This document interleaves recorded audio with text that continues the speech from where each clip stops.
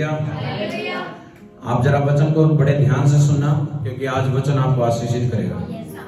Hallelujah. जैसे कि आप जानते हैं कि प्रभु ने कहा कि हमेशा प्रार्थना में क्या रहो, बने रहो। और उसी के संबंध में परमेश्वर ने एक बार फिर से वचन के द्वारा बताया था। 7 के 7 में हम पढ़ रहे हैं मत्ती में कि मांगो तो तुम्हें दिया जाएगा, ढूंढोगे तो तुम खटखटाओ तो तुम्हारे लिए, क्योंकि जो कोई मांगता है उससे तुम खटखटाओ तो तुम्हारे लिए, क्योंकि जो कोई मांगता है उसे मिलता है, और जो कोई ढूंढता है वह, और जो खटखटाता है उसके लिए खोला। हालेलुया। अब इसी के 6 के हम 32 में पढ़ते हैं, तो वहां लिखा है क्योंकि अन्य जाति इन सब वस्तुओं की खोज में रहती है, पर तुम्हारा स्वर्गीय पिता जानता है कि तुम्हें इन सब वस्तुओं की क्या है, आवश्यकता है। हालेलुया। आप सभी जानते हैं कि जितने भी मसीह लोग आते हैं चर्च के अंदर, सब अपने किसी ना किसी प्रॉब्लम के लिए आते हैं। हालेलुया। लेकिन वचन ये कहता है कि परमेश्वर को सब पता है कि तुम्हें क्या चाहिए, पता सब कुछ है उसे, लेकिन वचन ये कहता है कि जब तक मांगोगे नहीं तो तुम्हें मिलेगा नहीं। हालेलुया। मांगने का मतलब क्या है कि परमेश्वर ने एक तरीका ठहराया हर मसीह के लिए कि वो रोज अपनी प्रेयर में तब तक प्रार्थना करेगा जब तक वो मिल ना जाए। आमीन। कई लोग क्या कर रहे हैं, प्रेयर कर रहे हैं, प्रेयर करते हैं 10 दिन एक्साइटेड होकर जोश से प्रार्थना करते हैं, फिर 11वें दिन अपना प्रेयर मैटर ही बदल लेते हैं। उनको लगता है वो जो चीज मांगी नहीं मिलेगी। बाइबल ऐसा कहती है, मांगो तो तुम्हें दिया जाएगा। ये गा का मतलब ये नहीं है कि ये कल है, ये परसों है, या 1 महीने बाद है, या 1 साल बाद है, ये नहीं पता ये कब होगा, लेकिन जब होगा तब मांगने के द्वारा ही दिया जाएगा। हालेलुया। अब जैसे एक इंसान है जो अपने घर में काम करता है, वो काम रोज करता है, क्या घर अच्छा नहीं होता, वो रोज उसको सफाई करनी पड़ती है। क्यों करनी पड़ती है? क्योंकि वो वहां पर रहता है। हालेलुया। ऐसे घर के अंदर हर काम आपको करना ही पड़ता है। इसी प्रकार ये काम की तरह प्रार्थना भी एक जीवन है, इसको आपको रोज करना पड़ेगा, चाहे आपको अच्छा लगता हो या ना लगता हो। ऐसा कोई दुनिया में, संसार में कोई व्यक्ति नहीं है जिसका मन करता हो कि मैं 5-5 घंटे प्रेयर करूं, क्योंकि हर किसी का मन उकता जाता है थोड़ी प्रेयर के बाद, लेकिन फिर भी बैठना पड़ता है किसके सामने? हालेलुया। कई लोग कहते हैं जी पास्टरों का ज्यादा मन करता होगा इसलिए वो 3 घंटे प्रेयर करते हैं। हमारा भी मन उकत जाता है कई बार, लेकिन फिर भी हम प्रार्थना में बैठे रहेंगे, चाहे चुपचाप बैठे रहेंगे, लेकिन बैठे रहेंगे किसके सामने? हालेलुया। प्रभु ने एक तरीका ठहराया हर मसीह के लिए कि मांगो तो तुम्हें दिया। अब जरा ध्यान से सुनना, ये लोग समझ नहीं पाते वचन की इसका मतलब क्या है। इसका मतलब ये है कि जो तुमने सोच समझकर विचार करके जो भी तुमने प्रभु से मांगा है, उस विल को, यानी जो तुम्हारी इच्छा है, उसको बदलना नहीं है फिर। हालेलुया। मान लो तुमने मांगा कि परमेश्वर मेरे घर के अंदर तो मेरे पति जो नशे में है वो नशों से फ्री होना चाहिए, ये प्रभु की इच्छा से प्रार्थना है, क्योंकि आपका पति अगर नशे में रहेगा तो घर आबाद नहीं हो सकता। हालेलुया। अगर आप व्यभिचार में, आपको लगता है कि मैं व्यभिचार करता रहूंगा, देख सुनने में तो बड़ा अजीब सा लगता है व्यभिचार छोड़ना, लेकिन व्यभिचार को छोड़ने के लिए आपको अपने शरीर, बाइबल कहती है कि जो व्यक्ति अपने शरीर से पाप करता है वो उसके खुद अपने शरीर के विरुद्ध पाप करता है। हालेलुया। बाकी पाप शरीर से बाहर है, पाप कोई छोड़ना नहीं चाहता, लेकिन उसकी प्रेयर भी करनी पड़ती है। हालेलुया। अब बाइबल ये कहती है कि उस वचन के अनुसार जो प्रभु से आप मांगते हैं, वो किसकी इच्छा के अनुसार प्रार्थना करो। एक होता है कि आपकी इच्छा कुछ और है और प्रभु की इच्छा कुछ, जो दोनों इच्छा एक जैसी नहीं होगी तो प्रार्थना नहीं सुनी जाएगी। कितनों को बात समझ में आ रही है या नहीं आ रही है? हालेलुया। परमेश्वर की इच्छा कैसी है? पवित्र है। सब बोलो कैसी है उसकी इच्छा? और जो हमारी इच्छा होती है वो पापी भी हो सकती है। कैसे? मैं बताता हूं। आपका किसी ने बुरा चाहा, हालेलुया, आपके विरोध में कोई आया, और आपको वचन में भी पता है कि आपने उसको क्या करना चाहिए? क्षमा करना चाहिए, लेकिन आपने इतनी इंसल्ट मान ली उस व्यक्ति की कि मैं तो इससे बदला लेकर रहूंगा। अब आपने उसके विरुद्ध में प्रार्थना करनी शुरू कर दी। ये परमेश्वर की इच्छा नहीं है। ये आपकी इच्छा है कि वो व्यक्ति नीचे गिरे, या आप चाहते हैं कि वो उसका बुरा नुकसान हो। ये आपकी इच्छा है, ये परमेश्वर की इच्छा नहीं है। हालेलुया।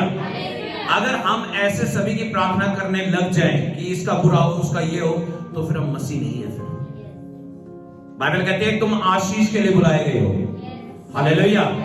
तुम शाप देने के लिए नहीं बुलाए हो, तुम दूसरों को शाप दोगे तो मेरा जो स्वर्गीय पिता है वो भी यही चीज देखता है कि तुम अगर लोगों को शाप दे रहे हो तो तुम शाप ही कमाओगे। हालेलुया। अगर तुम आशीष देते हो, ध्यान से सुनना, अगर तुम लोगों को क्या देते हो तो तुम भी आशीष के वारिस ठहरोगे। हालेलुया। सुनने में बहुत आसान लगता है लेकिन करने की जब बारी आती है तो बहुत लोग गिर जाते हैं। इसलिए यहां पर क्या लिखा है कि मांगो तो तुम्हें दिया। देखो, गा का मतलब ये है, जाएगा का मतलब ये है कि आपको प्रार्थना करते रहना है तब तक जब तक वो पूरी ना हो जाए। हर किसी की एक लिस्ट होनी चाहिए, एक डायरी होनी चाहिए जिसमें वो लिखे अपने प्रेयर पॉइंट कि मेरे घर के अंदर मेरा पति शराब पीता है, इसकी मैं प्रार्थना पहले करूंगी। फिर दूसरा पॉइंट है, मेरे घर में पैसों की तंगी रहती है, मैं बोऊंगी भी और साथ साथ प्रार्थना भी करूंगी। ये दूसरा पॉइंट होना चाहिए। तीसरा, आपके बच्चे आपका कहना नहीं मानते, गलत रास्ते में चलते हैं, मैं प्रार्थना करूंगी कि वचन में लिखा है कि धर्मी का वंश बचाया जाएगा, मेरे बच्चों के ऊपर आपका अनुग्रह आना चाहिए। ये तीसरा पॉइंट होना चाहिए। ऐसे आपके प्रेयर पॉइंट होने चाहिए। उन पॉइंटों को रोज सामने रखकर बुद्धि से प्रार्थना करना। आत्मा से जब प्रार्थना करना है तो वो अन्य भाषा की प्रार्थना है। हालेलुया। लेकिन जब बुद्धि से प्रार्थना की बात आती है कि सोच समझकर क्या प्रार्थना करनी चाहिए, तो वो प्रार्थना बुद्धि से करनी है। अब बोलेंगे आमीन। पहली कुरिन्थी के 14 में लिखा है कि मैं बुद्धि से भी प्रार्थना करूंगा और आत्मा से भी प्रार्थना। जब अन्य भाषा की प्रार्थना चलती है तो हमारी शरीर काम नहीं देता, हमारा मन काम नहीं देता, वहां पर खुद अन्य भाषा पवित्र आत्मा बुलवाता है और वो आत्मा की प्रार्थना है। हालेलुया। वो हमारी समझ से बाहर खुद हमारे लिए आहे भर के प्रार्थना करता है। आमीन। लेकिन जब बुद्धि की प्रार्थना की बारी आती है तो हमें सोच समझकर लिस्ट बनानी है कि मुझे इसके लिए भी प्रेयर करनी है, इस घर के इस मेंबर के लिए भी करनी है, चर्च के लिए भी करनी है। हर चीज के लिए आपके पॉइंट्स होने चाहिए और रोज वो 1 घंटा या आधा घंटा उनके ऊपर आपकी प्रेयर जानी चाहिए। हालेलुया। क्योंकि बाइबल कहती है कि मांगो तो तुम्हें दिया, ढूंढोगे तो तुम। ढूंढने का मतलब है कि कई लोग समझ नहीं पाते कि ये ढूंढने का क्या मतलब है। आपको पता है कि ये प्रार्थना का जो यहां सीक्रेट है, ये बेस है हमारा। मसीहों का क्या है? ये आधार है। आप सोचते हैं ना कि जैसे हम पहले मूर्ति पूजा करते थे, मूर्तियों के आगे सर टिकाना, फिर उसके आगे धूप बत्ती जलाना या फिर कोई मंत्र पढ़ना, है ना। लेकिन अब वो सब छोड़ दिए। अब आपको क्या करना है? अपने आप को घुटना टेक कर प्रार्थना करनी है अपने घर के अंदर। चर्च के अंदर क्या बताया था मैंने पिछले हफ्ते की? वेदी बनानी घर में। वेदी का मतलब समझ पाए आप सभी? वेदी का मतलब वो स्थान पवित्र बनाओ अपने घर के अंदर, वो स्थान जहां पर आप रोज बैठकर किससे बातचीत कर सको। हालेलुया। ये जरूरी नहीं है कि आपको क्या लगता है कि मैं हर जगह प्रार्थना कर सकता हूं। कर सकते हो, लेकिन घर में वेदी होनी जरूरी है। वेदी से ही परमेश्वर सुनता है। आमीन। अब प्रार्थना के विषय में मैं पढ़ रहा हूं कि वहां लिखा है कि ढूंढोगे तो तुम पाओगे, खटखटाओ तो तुम्हारे लिए। ये वचन को जरा समझने के लिए लूका के 11 अध्याय के 9 के 13 में पढ़ो एक बार, ताकि आपको सब समझ में आए कि मैं किस विषय में बात कर रहा हूं। लूका का 11 अध्याय और उसके 9 के 13 में।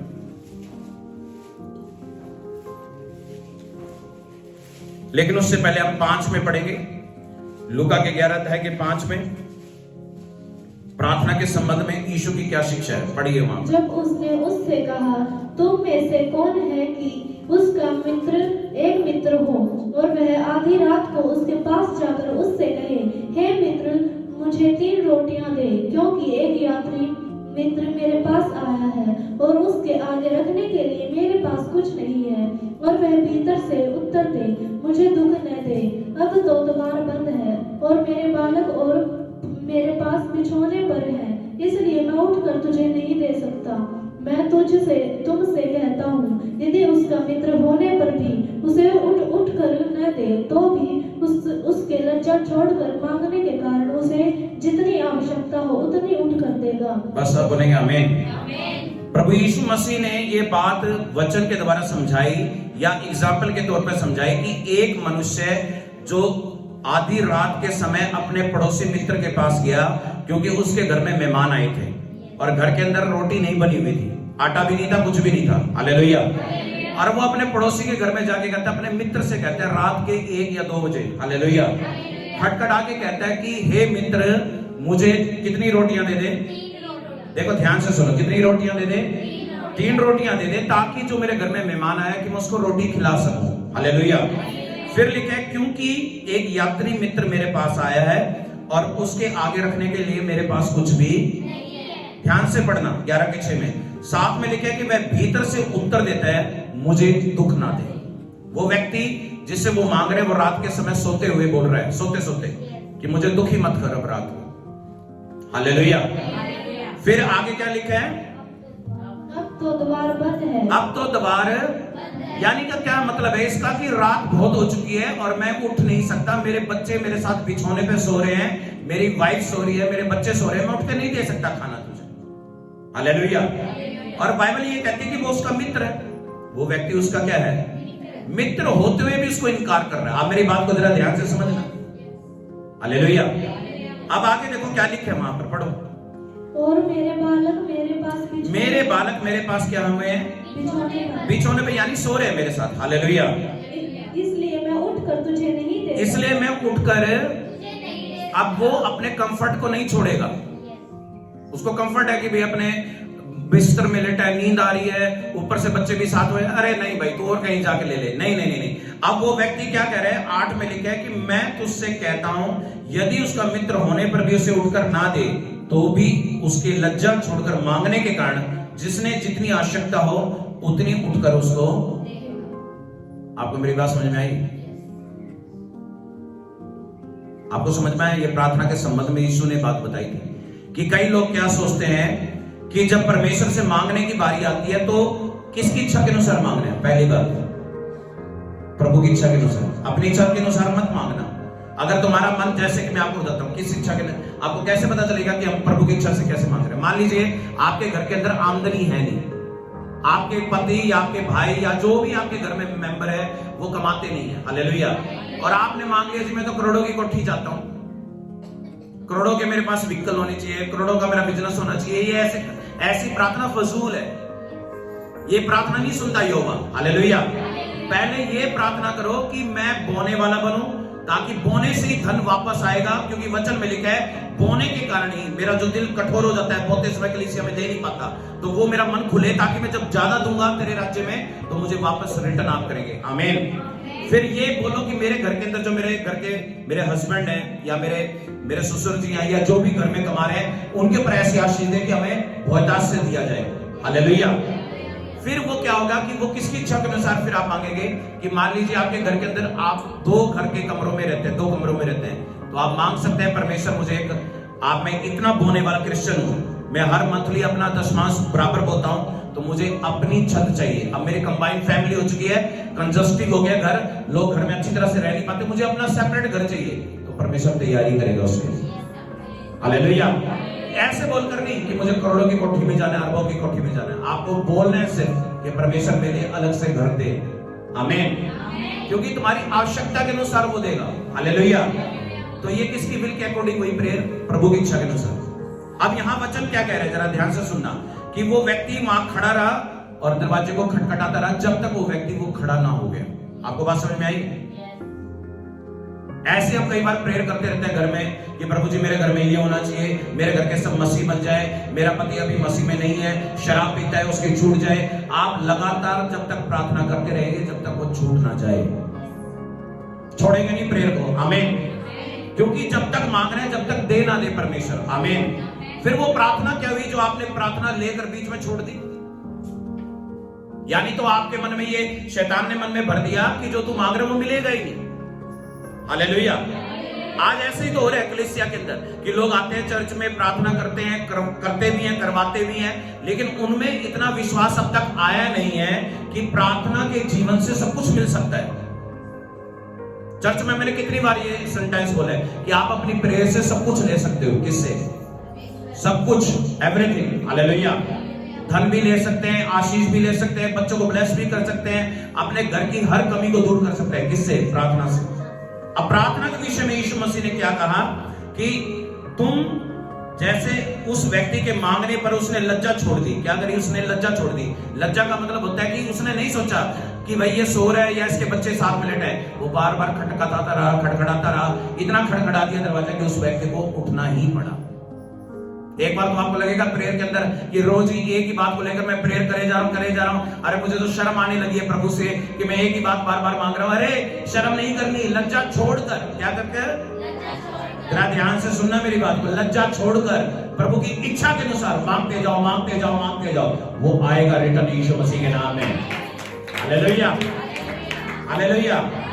क्योंकि शैतान इसी चीज पर अटैक करता है कि वो आपकी प्रेयर बंद करवाना चाहता है। और प्रेयर बंद कैसे करवाएगा? मन भरवाएगा आपके मन में कि ये जो तू प्रेयर कर रहा है ये सुनी नहीं जा रही है, क्योंकि तू लगातार 1 महीने से एक ही प्रेयर कर रहा है, कुछ मिल नहीं रहा है। छोड़ दे इस प्रेयर को। आपको छोड़ना नहीं है, जब तक छोड़ना नहीं है, जब तक वो चीज आ ना जाए। आप बोलेंगे आमीन, हालेलुया। अब आगे देखो वहां पर क्या लिखा है, पढ़ो एक बार फिर से 8 में। मैं तुमसे कहता हूँ, यदि उसका मित्र होने पर भी उसे उठकर न दे, उठकर ना दे, यानी मित्र होने पर भी उठकर नहीं दे रहा है, चाहे खास फ्रेंड है, बेस्ट फ्रेंड है, तब भी नहीं दे रहा है, तो भी वो क्या कर रहा है? पढ़े आगे। तो भी उसके लज्जा छोड़ दी, उसने बेशर्म हो गया। नहीं जी, मुझे तो चाहिए तुझसे ही लेके जाऊंगा आज मैं। हालेलुया। ऐसे जब आप प्रार्थना में बैठते हैं, प्रभु से बोलते हैं मुझे तुझसे लेके ही जाने आज यीशु मसीह के नाम में, तो औरों को भी कहता है मुझे भी देगा यीशु नासरी, तो वो देना शुरू करेगा फिर यीशु के नाम में। Hallelujah, hallelujah. कईयों को लगता है मैं चर्च में आ रहा हूं और मेरे से बाद में कुछ लोग आए और उनको मिल गया, मुझे नहीं मिला। कारण आपने प्रभु की इच्छा के अनुसार नहीं मांगा। दूसरा, आप पवित्रता में नहीं चल रहे हैं, ये भी कारण हो सकता है। हालेलुया। क्योंकि वचन में लिखा है कि अधर्मी की प्रार्थना प्रभु नहीं सुनता है। बाइबल कहती है कि जब आप पाप करते रहते हैं और फिर थोड़ी देर के लिए पवित्र हो जाते हैं, फिर फास्टिंग कर लेते हैं, फिर 10 दिन बाद फिर पाप करते हैं, ऐसी नेचर को देखकर पवित्र आत्मा और स्वर्गदूत ये बात समझ जाते हैं ये व्यक्ति गंभीर नहीं है। किसके साथ? जरा मेरी बात को ध्यान से सुनना। हालेलुया।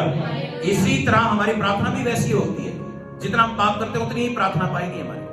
अगर हम पाप ज्यादा करते हैं तो हमारी प्रार्थना कम पाएगी, और प्रार्थना पाप करते ही नहीं है, बिल्कुल पवित्रता से रहता है, प्रार्थना लंबी होगी।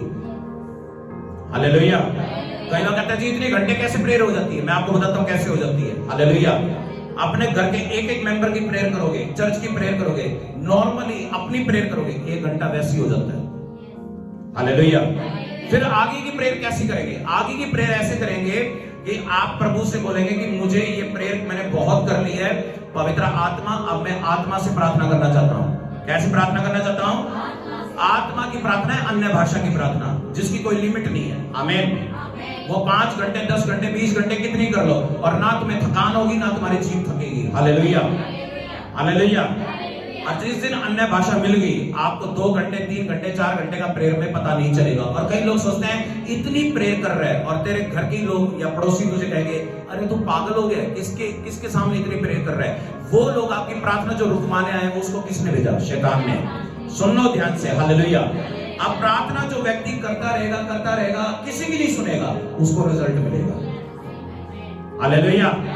आपको रोकने के लिए शैतान कुछ भी कर सकता है, आपके घर के मेंबर को खड़ा कर सकता है आपके विरोध में कि ये इतनी प्रेयर ना करे, लेकिन आपको प्रार्थना बंद करनी। हालेलुया।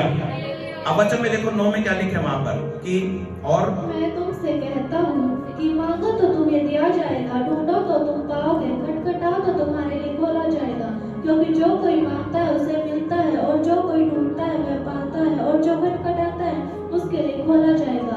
तुम में से ऐसा कौन पिता होगा कि जब उसका पुत्र रोटी मांगे तो उसे पत्थर दे, या मछली मांगे तो उसे मछली के बदले सांप दे, या अंडा मांगे तो बिच्छू दे। अब एक कॉमन सेंस प्रभु का पवित्र आत्मा इस वचन से समझाना चाहता है कि तुम्हें मांगना है और तुम्हें दिया जाएगा, लेकिन तुम्हें ढूंढना भी है। जब रात का अंधेरा होता है, जब कोई चीज गुम हो जाती है तो आपको ढूंढना पड़ता है, रोशनी लेकर, चिराग लेकर या बैटरी लेकर। Hallelujah, hallelujah. आपने प्रार्थना तो कर ली है, लेकिन आपने ढूंढा नहीं है। क्या ढूंढना है? बोलो ये ढूंढना है कि धर्म का राज्य कहां पर है। Hallelujah, hallelujah. मान लीजिए आपके अंदर कोई कमी है बहुत बड़ी, और आप प्रेयर कर रहे हैं कि प्रभु जी ना मुझे तो बहुत सा धन चाहिए, मेरे घर में धन की कमी है, लेकिन आप साथ साथ 3 काम भी गलत कर रहे हैं। क्या? व्यभिचार भी करते हैं, दूसरा नशे भी करते हैं, या फिर आप गाली गलौज भी करते हैं। ये 3 काम और कर रहे हैं। पवित्र आत्मा कभी भी धन नहीं दे सकता, चाहे आप कितना ज्यादा बोलते हो चर्च में। हालेलुया। क्योंकि आपके अंदर गंदगी भी तो बहुत है। आप नशा कर रहे हैं, ये कौन सी है? नशे की दुष्ट आत्मा है। गाली गलौज कर रहे हैं, अपमान या शाप देने वाली दुष्ट आत्मा है। Hallelujah, hallelujah. अब इन दुष्ट आत्माओं से पहले आजाद होना है।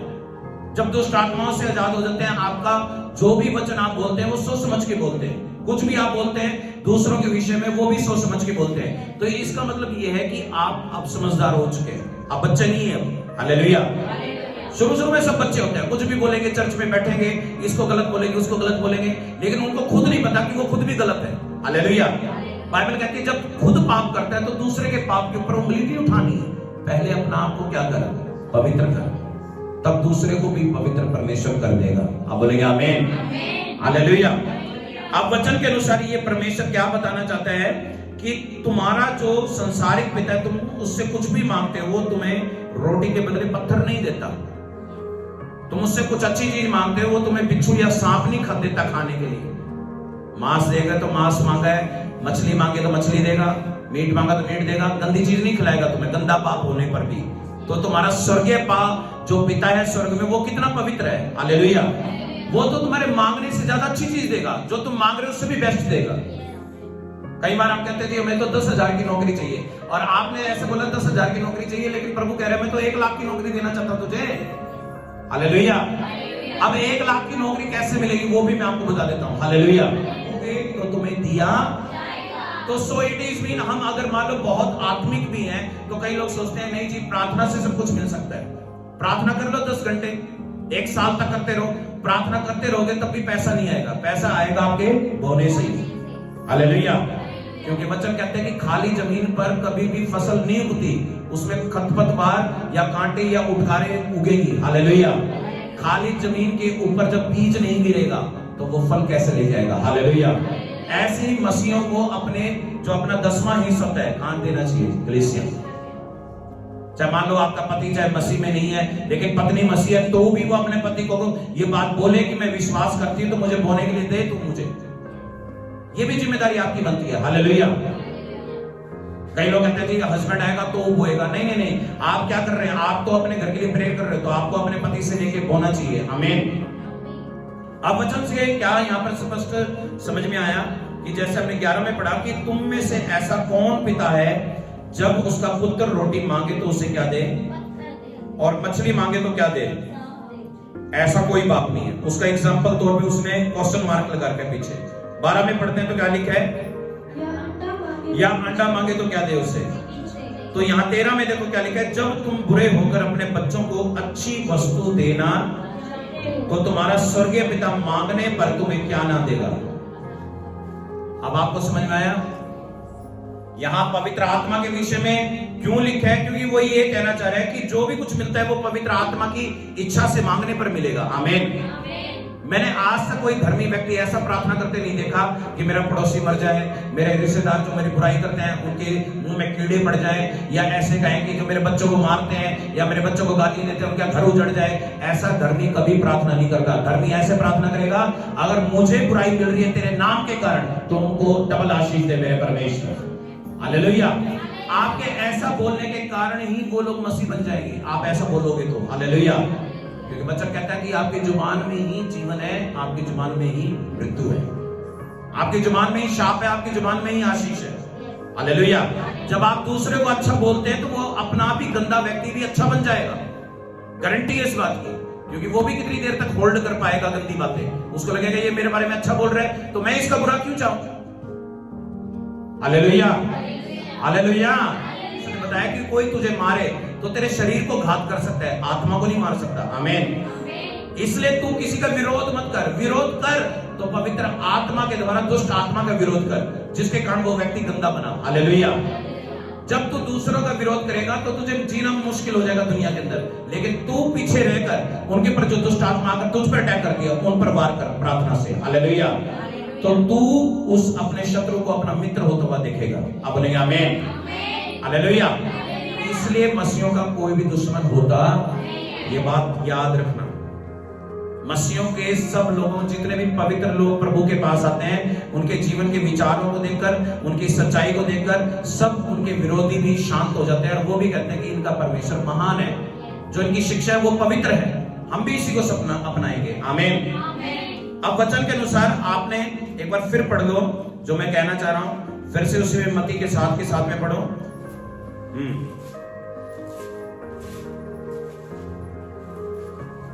जल्दी से। वो तो तुम्हें दिया जाएगा, ढूंढो तो तुम पाओगे, खटखटाओ तो तुम्हारे लिए खोला जाएगा। जी, क्योंकि जो कोई मांगता है उसे मिलता है। अब रुक जाएंगे। पहला मैंने बताया था कि एक लिस्ट बनाओ मांगने की, जो परमेश्वर से रोज मांगना है। हालेलुया। मांगो तो दिया, पहला वचन यहाँ पूरा होता है। सेकंड वचन क्या है? ढूंढोगे तो पाओगे। अब ये क्या मतलब है ढूंढोगे तो पाओगे? इसका मतलब है कि जो तुम में कमियां है वो वचन में ढूंढो। हालेलुया। कोई कहता है कि आपने कैसे परमेश्वर के पीछे चल सकते हैं, उसके धर्म के मार्ग पे कैसे चल सकते हैं? उसके धर्म के वचनों को मानकर। हालेलुया। अगर तुम में क्रोध है तो बाइबल कहती है कि क्रोधी व्यक्ति हमेशा लज्जित होगा समाज में। क्यों? क्योंकि उसको अपने क्रोध के कारण उसको कोई ना कोई व्यक्ति उसको नीचा गिरा देगा। हालेलुया। अपना क्रोध, इसका मतलब क्या है? नहीं करना। किसको क्रोध करने दो? अगर तुम अपनी जगह सही भी हो, तुम पर सताव आ रहा है, तो ये किसको बोझ दे दो? वचन में लिखे है तभी तो मैं तुम्हारी लड़ाई लड़ूंगा। हालेलुया। कई बार ऐसा होता है कि हम अपनी जगह सही होते हैं और दूसरे गलत होते हैं, तो भी हमने अपना बोझ किसको देना चाहिए? ये नहीं कि हम खुद फैसला करने के लिए खड़े हो जाएं। अगर हम खुद फैसला करने के लिए खड़े हो जाएंगे तो प्रॉब्लम पे प्रॉब्लम आएगी, क्योंकि शैतान को पता चल चुका है कि ये मेंटल और फिजिकली लड़ना चाहता है मुझसे, और शैतान इस मामले में बहुत स्ट्रांग है। हालेलुया। बहुत स्ट्रांग है शैतान इस मामले में। आप एक को बोलोगे ना गलत जो कर रहा है, 50 गंदे लोग और आके खड़े होंगे, आपकी फाइट बड़ी हो जाएगी। फिर आपको लगेगा कि मैंने गलत काम को छेड़ दिया। जैसे कि मधुमक्खी के छत्ते में पत्थर मारा, पहले तो एक मधुमक्खी दिख रही थी, अब कितनी आ गई? 100 आ गई। इसलिए फिजिकल लड़ाई नहीं लड़ सकते आप गलत गंदे लोगों से। आपको कैसे लड़ना है? बोलो आत्मा में। हालेलुया। शैतान से लड़ना है तो आत्मा में जाना पड़ेगा, और आत्मा में जाने के लिए पवित्र आत्मा चाहिए। हालेलुया।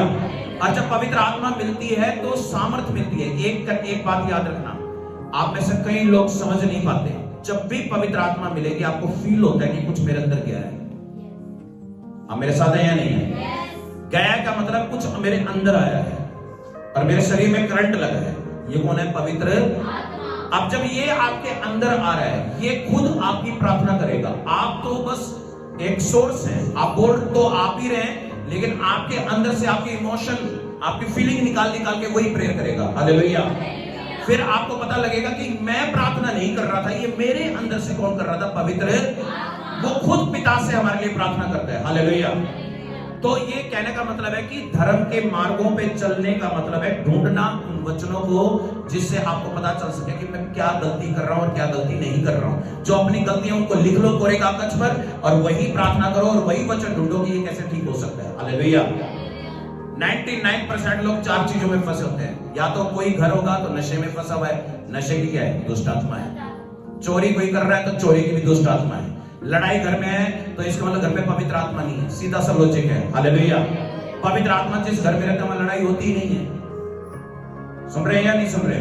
अगर लड़ाई हो रही है तो इसका मतलब कौन सी है? डिमोनिक स्पिरिट है, दुष्ट आत्मा है, देवी देवताओं की आत्मा है, जो घर में क्या करा रही है? सबके अलग अलग विचार है और लड़ाइयां करवा रही है। हालेलुया। अगर आप प्रार्थना करोगे, निकालोगे आप अपनी प्रेयर से, और जब वो जाएगा तो पवित्र आत्मा घर में आएगा तो एकदम शांत हो जाएगा सब कुछ। हालेलुया। फिर चौथी चीज क्या है? व्यभिचार। व्यभिचार की भी आत्मा होती है। हालेलुया। आप बिल्कुल सेटिस्फाइड है अपने पार्टनर के साथ, फिर भी आपका मन विचार कहीं उछल रहा है, कहीं और जा रहा है, तो ये क्या है? दुष्ट आत्मा है, जो दिमाग के ऊपर और मन के ऊपर अटैक करता है। उसको कैसे कंट्रोल करना है? उसमें वचन में लिखा है व्यभिचार से भागो। व्यभिचार से जिस व्यक्ति को देखकर तुम्हारा व्यभिचार जाता है उससे दूर रहो, भागो उससे। हालेलुया। और दूसरा क्या? ये फायर प्रेयर करो कि वो जो दुष्ट आत्मा उसके बारे में मेरे अंदर विचार करते डालता है, मैं उसको फाइंड करती हूं और निकालती हूं यीशु मसीह के नाम में। हालेलुया। इन्हीं चीजों के कारण जब हम अपनी प्रार्थना सही करते हैं, फाइट लड़ते हैं, बोलो जब हम लड़ते हैं शैतान से, तो हमें ये बात याद रखना है कि हमारी प्रार्थनाएं बदलनी नहीं चाहिए। दूसरा, प्रभु की इच्छा के अनुसार प्रार्थना करना है। और तीसरा, धर्म के ऊपर खड़े होकर, अपने आप को वचन पे खड़े होकर प्रार्थना करना है। अब सब बोलेंगे आमीन। इसका मतलब है कि कोई भी व्यक्ति पाप ना करे जब आप वो प्रार्थना वाला जीवन जी रहे हैं। हालेलुया। टॉप मोस्ट और हाईएस्ट लोगों की ये प्रोफेसी है, और लोग बताते भी हैं, प्रभु के दास लोग बताते हैं कि जब हम ज्यादा आत्मिक होते हैं तो हमारा अनबैलेंस हो जाता है घर। घर कैसे अनबैलेंस हो जाएगा? जब कोई बहन अपने घर में ज्यादा प्रार्थना करती है तो उसका घर का काम अधूरा रह जाता है। खाना समय पे नहीं मिल रहा है, कपड़े सही समय पे धुल रहे हैं, तो उसका पति गुस्सा करेगा, तू कर क्या रही थी सारा दिन? अब वो बोल नहीं सकती मैं इतनी देर प्रे कर रही हूँ। आपको मेरी बात समझ में आ रही है नहीं आ रही है? उस पे तो खाएंगे बहुत से, क्योंकि वो कौन सा जीवन दे रही है? प्रार्थना वाला। हालेलुया। अनबैलेंस हो जाता है। फिजिकल वर्ल्ड के अंदर आपको ज्यादा काम करना पड़ता है, ये घर के काम करने, बाहर भी जाना है, लेकिन समय किसको भी देना ज्यादा। आप प्रार्थना देने का समय देंगे तो वो अनबैलेंस हो जाएगा, वो काम नहीं कर पाएंगे जो करना चाहिए। हालेलुया। इसलिए हमेशा हमने देखा है कि जो ज्यादा आत्मिक लोग होते हैं उनके घर के अंदर ये छोटी मोटी लड़ाइयां झगड़े इस बात के जरूर प्रमाण आपको मिलेंगे कि उनके घर में इस बात का मुद्दा जरूर उठेगा तो वो अपना काम टाइम से नहीं करता। हालेलुया। फिर वो पूछेंगे इतना देर क्या कर रहा है? वो बोला जी मैं तो क्या कर रहा हूं, प्रेयर कर रहा हूं। इतनी देर क्या कर रहा था? मैं वचन सुन रहा हूं। मैं इतनी देर क्या कर रहा है? उपासना कर रहा हूं, गीत गा रहा हूं। किसके? आपको समझ में आया नहीं आया? आप शरीर से किसकी ओर जा रहे हैं? आत्मा की ओर जा रहे हैं। शारीरिक काम कम कर रहे हैं, ज्यादा काम कौन सा कर रहे हैं? इसलिए ये पता चलता है हम आत्मिक हो रहे हैं। आप बोलेंगे आमीन। अब जो व्यक्ति सारे शरीर के काम पूरे रखते हैं वो क्या करेगा? घर को बिल्कुल साफ रखेगा, क्लीन रखेगा, नीट रखेगा, घर में कपड़े लाइन में लगा के प्रेस करके, घर में खाना टाइम से बन रहा है, वो सारा शारीरिक काम करके फिर आधे घंटे की प्रेयर करेगा। वो आधे घंटे की प्रेयर उसको बचा नहीं सकती। जब शैतान अटैक करेगा वो ये नहीं देखेगा कि ये व्यक्ति घर के काम करता है, वो ये देखेगा कि ये व्यक्ति की प्रार्थना कितनी है, सिर्फ आधा घंटा। अटैक पे अटैक, अटैक पे अटैक, और उसको कंट्रोल करा नहीं जाएगा। कितना मेरी बात समझ में? जो काम आप बहुत दिल लगा के करते हैं उस काम से ही आशीष आती है। हालेलुया। हालेलुया। इसका मतलब ये नहीं कि हमें अपना संसारी काम नहीं देखना है। मेरे कहने का मतलब है कि उतना काम करो जिससे तुम्हारी उसके ऊपर भी उंगली उठाई ना जाए। समझ पा रहे हैं या नहीं समझ रहे? और आत्मिक जीवन भी खराब ना हो। हालेलुया। एक्चुअल में 12 घंटे तो लोग सोते हैं, 12 घंटे ही काम करते हैं, हाँ या ना?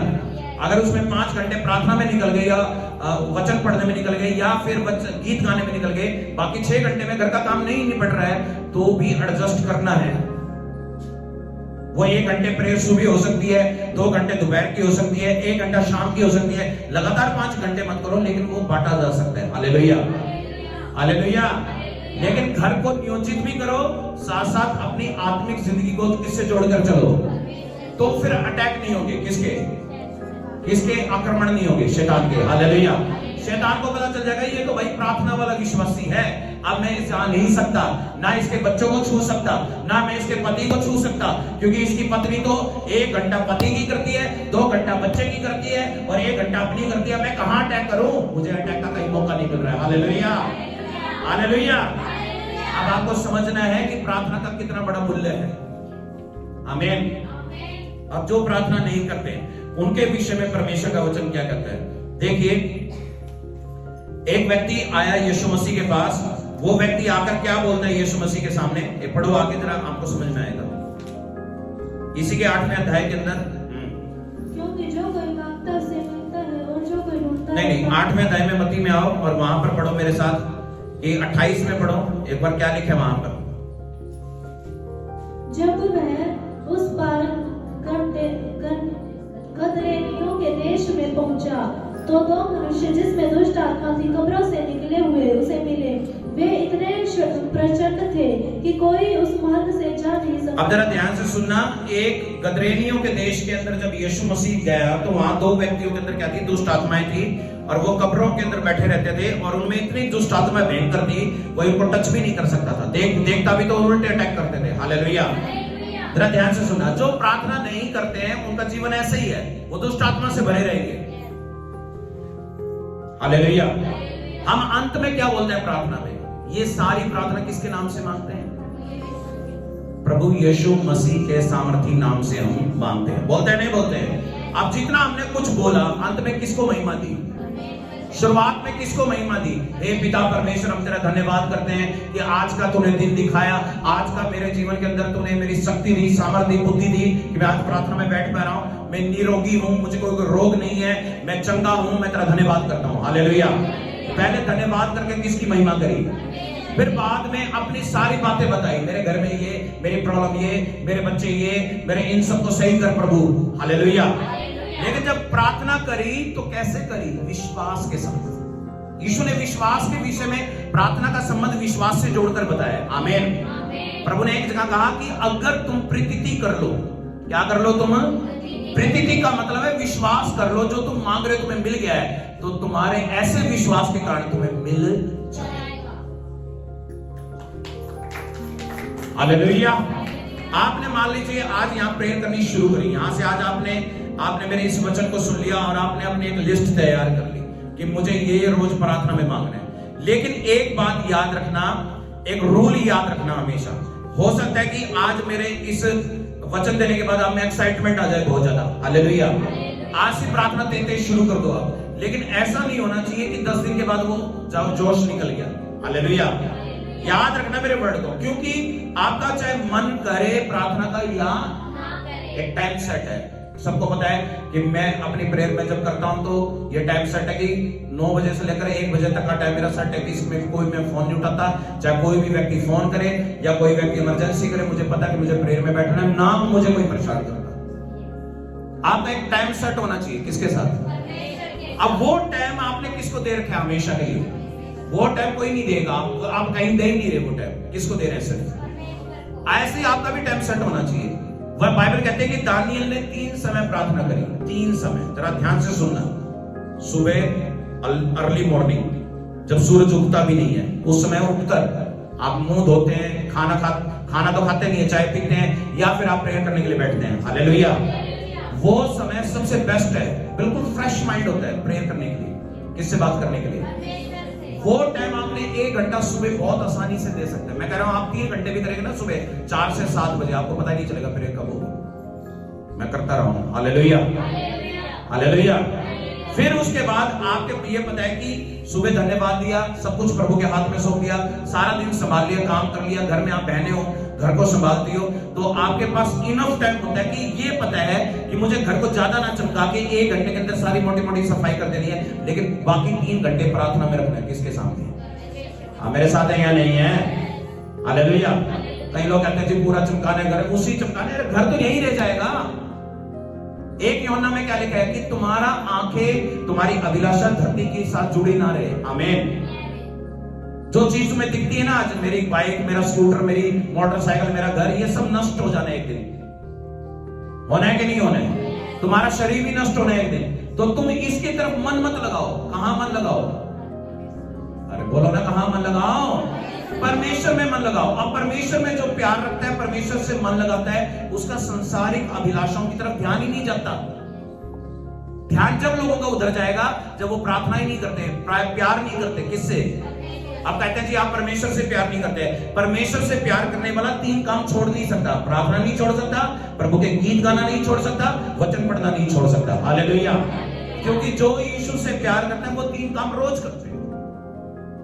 पहले मूवीज चलाकर हम मूवीज देखते थे, बहुत देर तक पिक्चरें देखते थे या गाने चला लेते थे फिल्मी। अब वो स्थान किसने ले लिया है?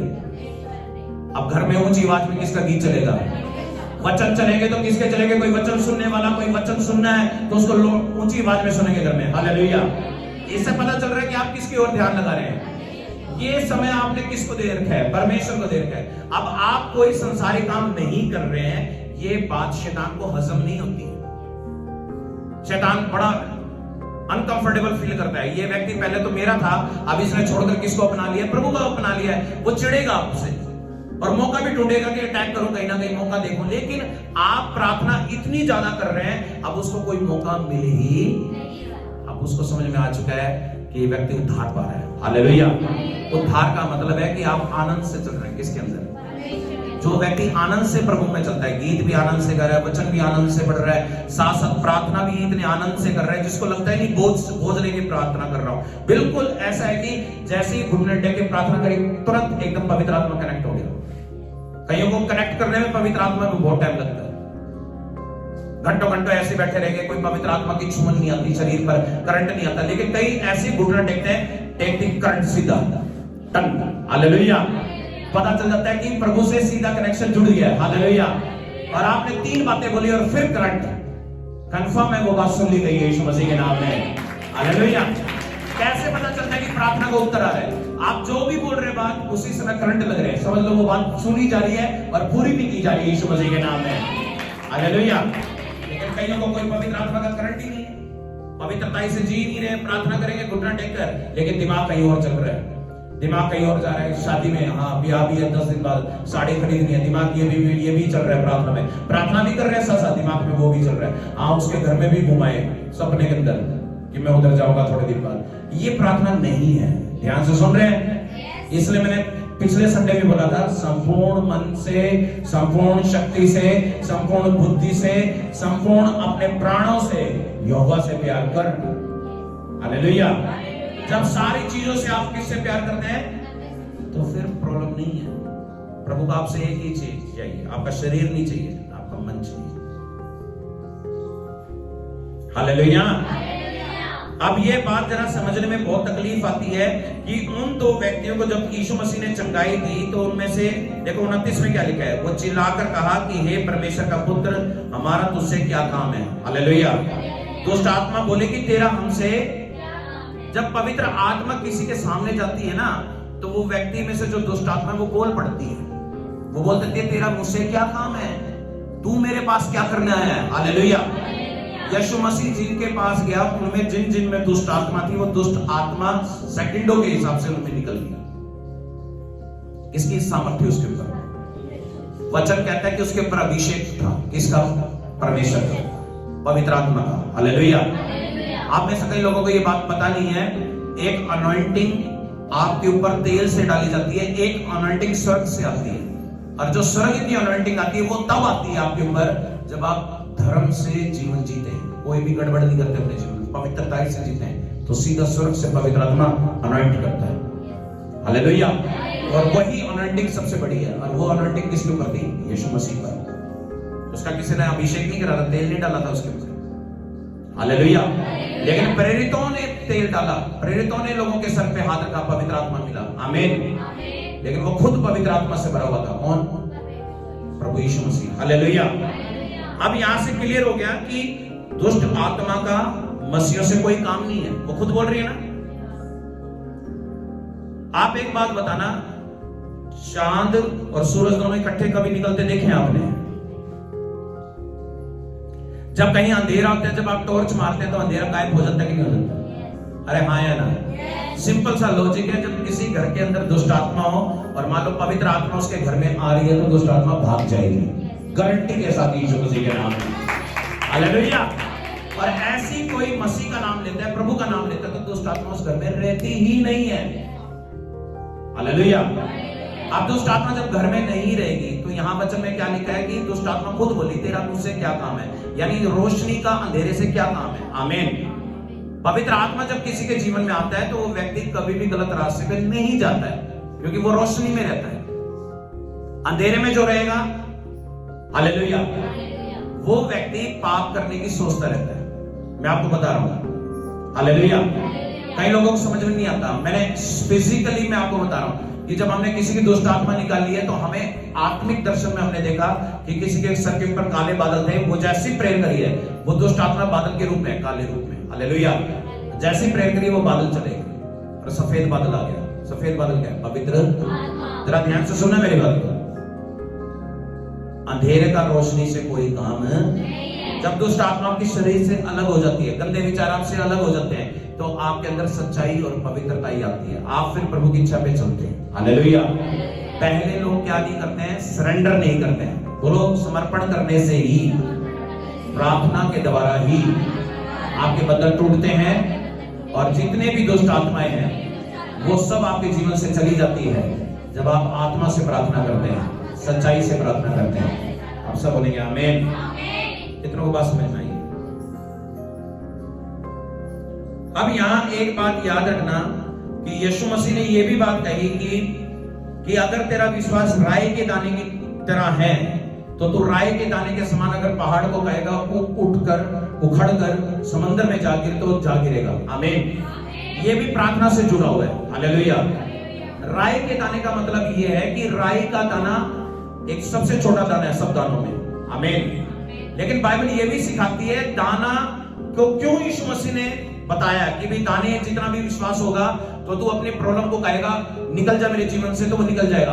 उसका मतलब ये है कि पवित्र आत्मा देखने में बहुत ही छोटे रूप में आता है आपके ऊपर, हल्का सा करंट आता है शुरू में। जरा ध्यान से सुनना। हालेलुया। मैंने आज तक कोई व्यक्ति ऐसा नहीं देखा जिसको एकदम ही बहुत बड़ा करंट मिला हो। पहले शुरुआत कैसे होती है? हल्की हल्की फीलिंग आती है, हल्की हल्की कोई आया मेरे पास। हालेलुया।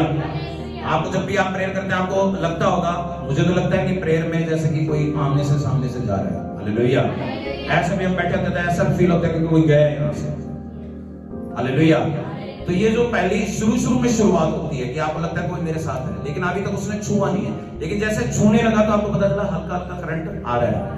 लेकिन एक समय के बाद वो बड़ा करंट बनता गया, पवित्र आत्मा इतना उतरने लग गया, इतना अभिषेक आने लग गया, अब शरीर पूरी तरह से आत्मा से भर जाता है सेकंडों के अंदर। पहले घंटों के अंदर पवित्र आत्मा भरता था, अब सेकंडों के अंदर भरता है। तो आप बढ़ रहे हैं घट रहे हैं? आप मुझे बताओ, बढ़ रहे हैं या घट रहे हैं? अब पवित्र आत्मा भी आता है तो कुछ कुछ करता है, हिलता है। लेकिन पहले दुष्ट आत्मा आती थी तो चीख मारते थे। अरे सुन रहे हैं नहीं सुन रहे हैं? पहले दुष्ट आत्मा आती थी चिल्ली मारते थे और घर में पता नहीं कुछ कुछ करते थे। हालेलुया।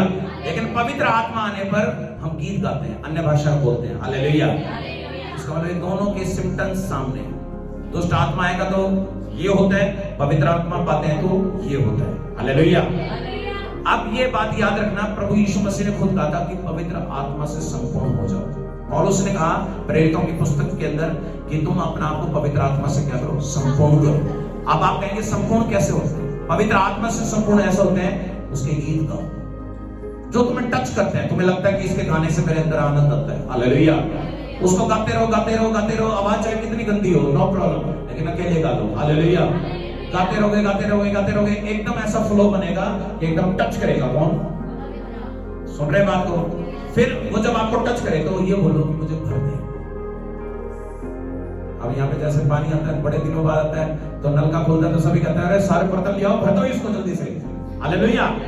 ऐसे जैसे पवित्र आत्मा भी मिला तो यूं कहो कि मुझे पूरा भर दे, मेरा टैंक आज फुल कर दे। आमीन। छोड़ो मत फिर उस मौके को, अगर छू लिया तो। आमीन। क्या मुझे भर परमेश्वर, भर मुझे, भर भर भर।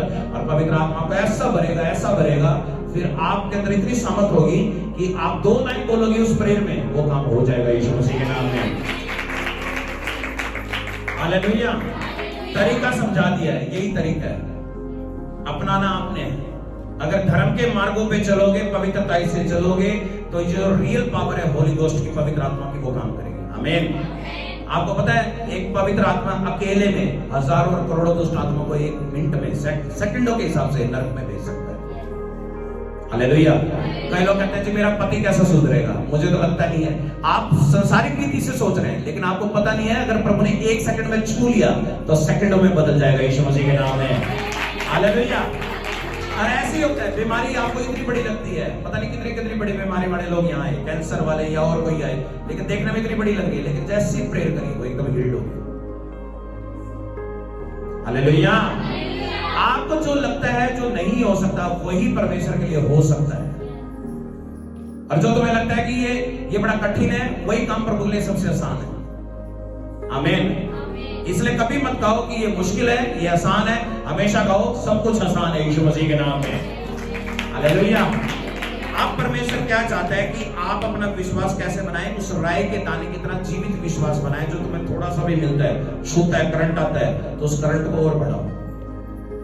जब शुरू के अंदर आपके घर के अंदर एक बल्ब होता है, एक बल्ब लगाते हो, छोटे घर में रहते हो तो एक ही बल्ब आपको ऐसा लगता हो मेरे घर में तो रोशनी होगी, लेकिन जब वो इतने सालों तक वही रहेगा, आपको कहेगा अच्छा नहीं लग रहा, थोड़ी और लाइट होनी चाहिए। हालेलुया। ऐसे आपके शरीर में जब थोड़ी थोड़ी पवित्र आत्मा आती है, आपको थोड़ा थोड़ा तो शुरू में अच्छा लगेगा, लेकिन बाद में कहेगा अरे मजा नहीं आ रहा, अब और होनी चाहिए। तो और ज्यादा आत्मा की सामर्थ कैसे मिलेगी? बोलो फास्टिंग से, बोलो उपवास से और प्रार्थना के द्वारा। वही करंट जो पवित्र आत्मा का है वो बढ़ जाता है, क्योंकि वचन में लिखा है उपवास करने से, व्रत करने से पवित्र आत्मा की सामर्थ दुगनी हो जाती है। आप बोलेंगे आमीन। इसका मतलब कॉमन सेंस है कि आप 2 चीजें हमेशा स्वीकार करके मानकर चले कि हर हफ्ते मुझे फास्टिंग भी करनी है, चाहे आपकी प्रॉब्लम हो या नहीं। कई लोगों ने ऐसा समझ रखा है जब प्रॉब्लम आएगी जब फास्टिंग करेंगे, ये भी गलत है। हालेलुया। उपवास का मतलब ये नहीं है, उपवास का मतलब ये है कि अपनी इच्छा को खत्म करना, और किसकी इच्छा को पूरा करना? तो कई लोग गलत मतलब ले लेते हैं, सोचते हैं कि सारे बार ही अपनी प्रॉब्लम को ठीक करने के लिए उपवास रखना है। नहीं नहीं, उपवास इसलिए भी रखना है क्योंकि मेरी इच्छा नहीं, तेरी इच्छा पूरी हो। हालेलुया। अब लोग ये बात को जरा मोटिव समझ के मान लीजिए कि यीशु मसीह ने ये बात समझाई थी कि जब तू कुछ भी मांगता है तो क्या कर, पहला मांगो तो दिया, ढूंढोगे तो तुम, खटखटाओ तो तुम्हारे लिए। खटखटाने का मतलब ये है कि बार बार एक ही प्रार्थना को बार बार करो, खटखटाओ दरवाजे के ऊपर, cut cut cut cut cut. Door जब तक नहीं खुलेगा यानी बात पूरी नहीं होगी जब तक खटखटाते रहो। हालेलुया। बैल भी बजाते ना, बजाते रहो जब तक बंदा ना आए, चाहे अंदर से चीखे मारे, अरे क्या कर रहा है तो इतनी क्यों बजा रहे, लेकिन बोलो कि खोलो यीशु मसीह के नाम में, तो वो दरवाजा खोल दिया। सो इट इज बीन कि प्रेयर करते रहो करते रहो करते रहो करते रहो, अंदर से आवाज है कि अब मैं खोलने पर हूं और वो खुल जाएगा। इसका मतलब है ये तरीका है प्रार्थना का। बेशर्म होना पड़ता है प्रार्थना में भी। किसके सामने? अब बेशर्म होने की वाली बात ही नहीं है। जो चीज प्रभु की इच्छा से है उसमें बेशर्मी नहीं होती, वो तो प्यार है। किसके साथ? जो गलत चीज मांगनी होते हैं उसके अंदर होता है। अब कोई कह रहा है जी रोज 50 रुपए कमाता नहीं है, ऐसे बैठ के कह रहा है मुझे एक एरोप्लेन दे दे परमेश्वर। अब ये 2 दिन ही प्रेयर चलेगी, तीसरे दिन उसको कुछ शर्म आएगी। क्यों आएगी? लज्जा क्यों आएगी? क्योंकि वो कमाता ही नहीं है, तो फिर ये एरोप्लेन कहां से आएगा? Hallelujah, hallelujah. अब वही कहते हैं जी घर का खर्चा कितना तुम्हारे। देखो एक बात कॉमन सेंस है, बहुत बड़े लोगों ने ये बात समझाई, जितना बड़ा घर उतनी जरूरतें पूरी करो। हालेलुया। मान लो आपका घर इतना बड़ा नहीं है, आपके घर इतना रिक्वायरमेंट छोटी है, हालेलुया, तो व्हीकल भी घर में उतना ही होता है। छोटे घर के आगे मर्सिडीज नहीं खड़ी होती, बड़ी गाड़ियां नहीं खड़ी होती। हालेलुया। जरा ध्यान से सुनना मैं बात क्या कह रहा हूं। हालेलुया। जितना आपका बजट है, जितना आपका हिसाब है, उतना ही आपको परमेश्वर देता है। याद रखना, ये उसकी मिल है। किसकी इच्छा कितनी है? ये किसकी? लेकिन प्रभु ये नहीं चाहता सारी उम्र उसी में रहो। परमेश्वर ये भी चाहता है कि तुम तरक्की करो। आमीन। उसको पैसे से घृणा नहीं है, याद रखना, लालच से घृणा है। सब बोलो, लालच से घृणा है। सुलेमान को जब दिया गया धन तो उसने लालच नहीं रखा था, इसलिए वो ज्यादा धनी हुआ। लेकिन जिन्होंने लालच रखा है उनको नहीं दिया जाएगा।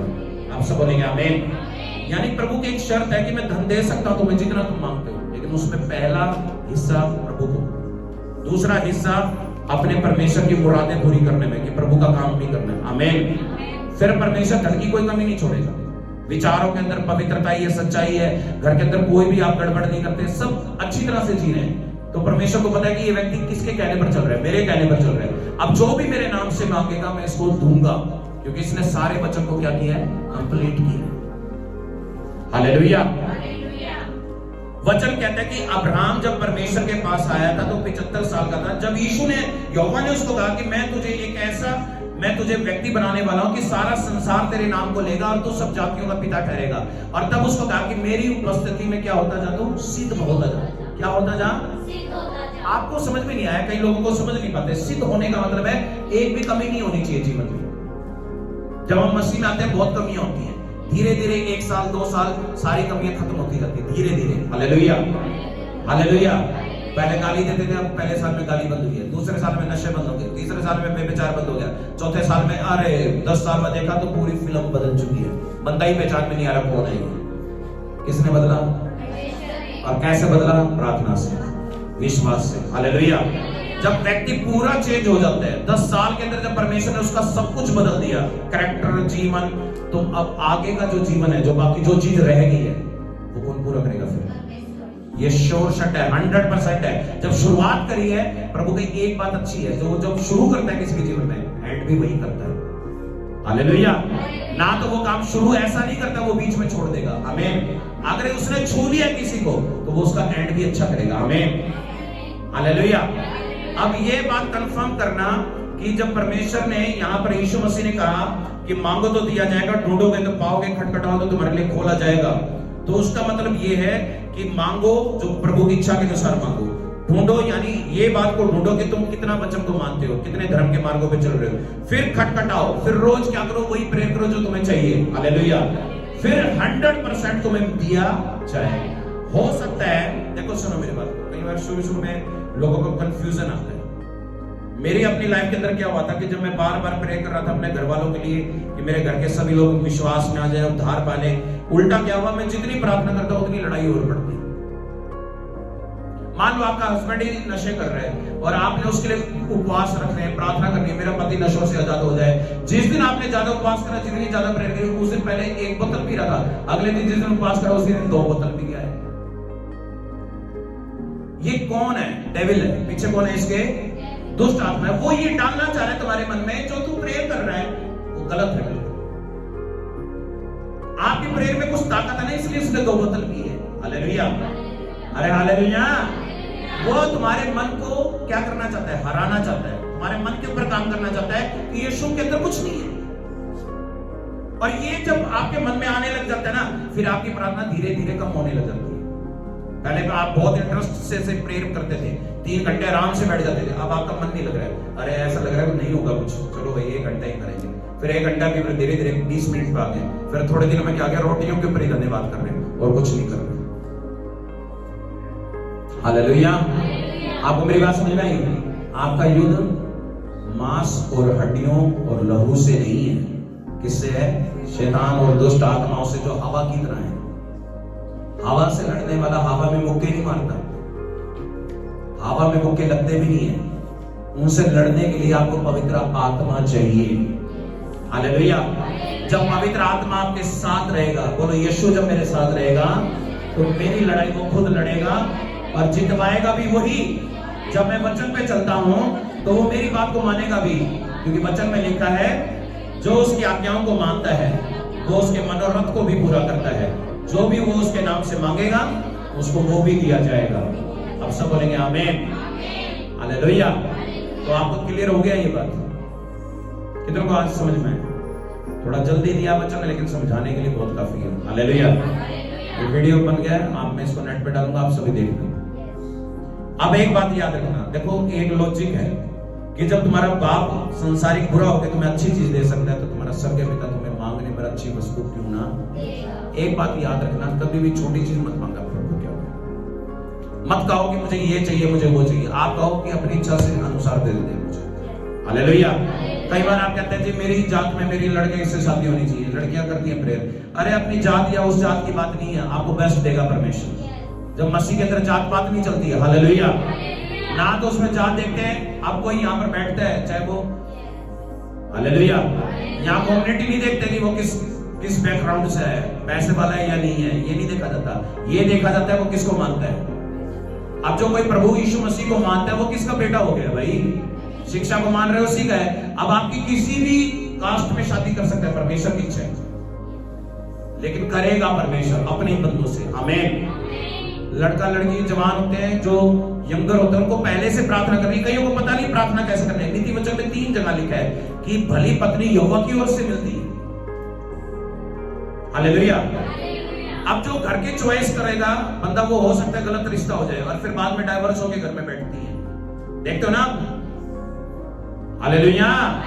लेकिन जो लड़का यहोवा ढूंढ कर देगा, वो अपने दास के मन में भी डालेगा कि जा, इस लड़की अच्छी है, संस्कारी है, प्रभु को बहुत मानती है, इसके लड़का ये सही है। हालेलुया। वो अपने दासों के मन में उभारता है बातों को, देख ये लड़की ठीक है, इसके लिए ये रिश्ता सही है। हालेलुया। हालेलुया। इसलिए जो रिश्ते भी होने चाहिए वो मसीह में होने चाहिए, लेकिन लड़का लड़कियों को भी प्रेयर कैसे करनी है? नीति वचन में लेकर। बहुमूल्य, जहां पर लिखा है नीति वचन के 31 में कि भली पत्नी कौन पा सकता है, उसका मूल्य तो मूंगे और सोने और चांदी से भी ज्यादा है। आमीन। ऐसी पतियों के विषय में भी लिखा है कि भला पति कौन पा सकता है। आमीन। भली पत्नी और भला पति, कुंवारियों और कुंवारों के लिए वचन है। आमीन। ऐसी कोई कहते हैं जी नशे कैसे फ्री हो सकते हैं? नशे से ऐसे आजाद हो सकते हैं, उपवास करो, प्रार्थना करो और कहो कि मेरा शरीर किसका मंदिर है। डिक्लेयर करो अपने शरीर में, मेरे में व्यभिचार नहीं रहेगा, मेरे में नशा नहीं रहेगा, क्योंकि मैं किसकी संतान बन चुका हूं। बार बार बोलो, बार बार बोलो। शैतान को डांटो रोज, हे शैतान मेरे सामने से निकल जाए यीशु मसीह के नाम में। तो आपके लाइफ में से निकल जाएगा वही दुष्ट आत्मा जो आपके घर में काम कर रही है। हालेलुया। लेकिन ये सब काम कब होंगे? जब आप प्रार्थना करें। अब विश्वासी कहते हैं कि हम विश्वासी हैं। विश्वासी तब आप ठहरते हैं जब आपने सब कुछ छोड़ रखा है, लेकिन प्रार्थना नहीं छोड़। कितना जरूरी काम हो जाए, देखो याद रखना, आपकी रूटीन की अगर मान लो 5 घंटे प्रेयर चली गई है, सुन रहे बात जैसे हम कर रहे हैं, तो जैसे हम माउंटेन पे गए थे, हम 8-9 घंटे नॉर्मल प्रेयर कर रहे थे। हालेलुया। अगर कोई इमरजेंसी भी होता था, बहुत इमरजेंसी भी हो जाए, तो हम 1 घंटे की प्रार्थना को हम कम से कम देंगे। हालेलुया। ऐसी कोई 1 घंटा के लिए 1 घंटा ही प्रेयर करता है, तो वो कम से कम 15 मिनट तो करे, चाहे कितना इमरजेंसी हो। आप मेरी बात समझ गए? इमरजेंसी टाइम हो जाता है, कई बार नहीं कर पाते आप प्रेयर, कहीं आने जाने सफर में होते हैं, लेकिन सफर में भी प्रेयर कर सकते हैं आप। हालेलुया। बाइबल ऐसे कहती है कि प्रेयर का कोई स्थान फिक्स नहीं है। वेदी तो अपने घर में है, लेकिन चलते फिरते, बाइक पे, स्कूटर पे, मार्गों पे आप चलते हुए प्रार्थना कर रहे हैं, किसके नाम से? इसलिए मैंने कहा कि मन की प्रार्थना उससे भी बढ़कर है। आप जो बोल के करते हैं उससे भी बढ़कर कौन सी प्रार्थना ज्यादा इंपॉर्टेंट है? और बाइबल कहती है कि यीशु मसीह यहोवा मन को देखता है, शरीर को देखता। अब जो मन की प्रार्थना है उसके अंदर आपके लफ्ज तो खुलते नहीं है, लेकिन अंदर अंदर चल रही है। ये क्या हो रहा है? अंदर प्रेयर चल रही है, किसके सामने? और वो काम होगा कि नहीं होगा? हालेलुया। कई बार ऐसा भी हुआ है कि हमने मन की इतनी ज्यादा प्रेयर करी है 2-3 दिन तक लगातार, और ऐसे मन में सोचा काश ऐसा होता, मन में ही सोच रहा है, वो हो गया उसी में।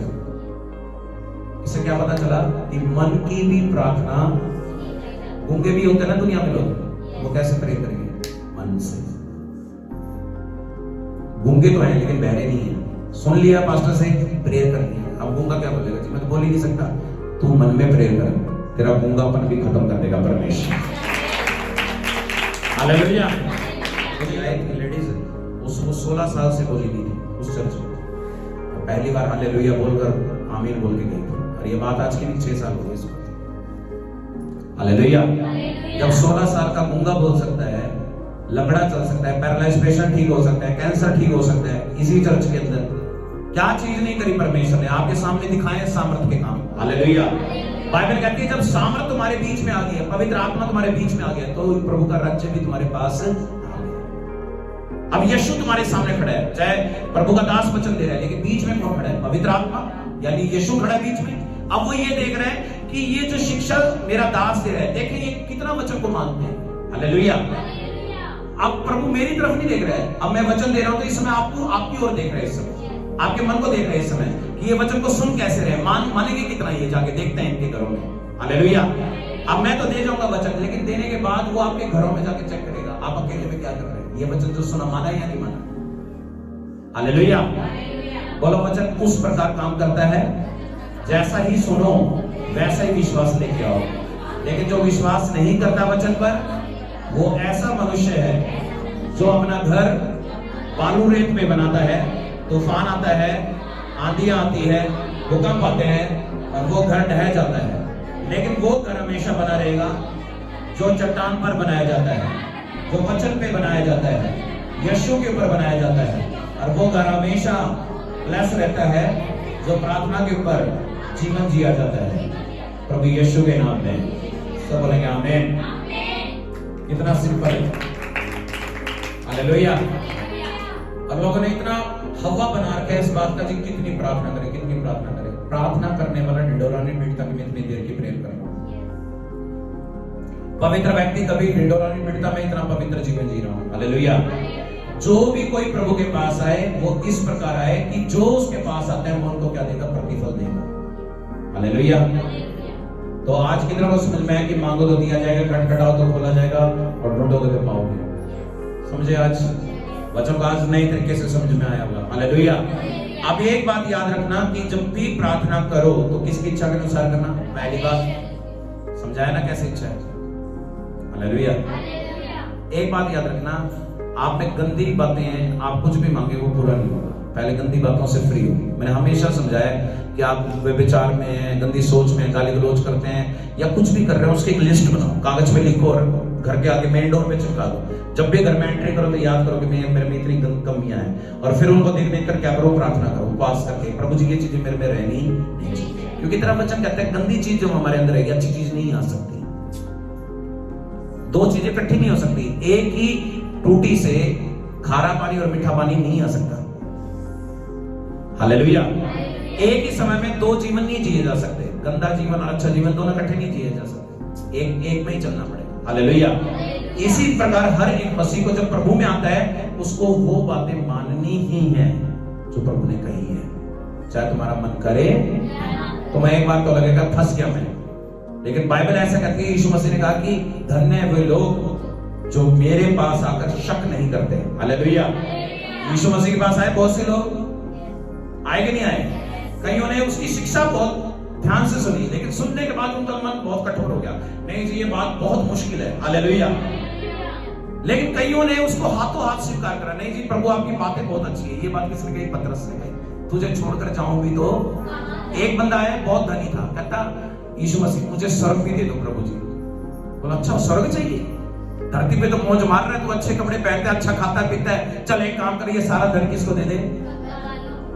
अरे मैं बहुत धनी हूं, मैं इतना धन दे दूंगा तो मैं तो गरीब हो जाऊंगा।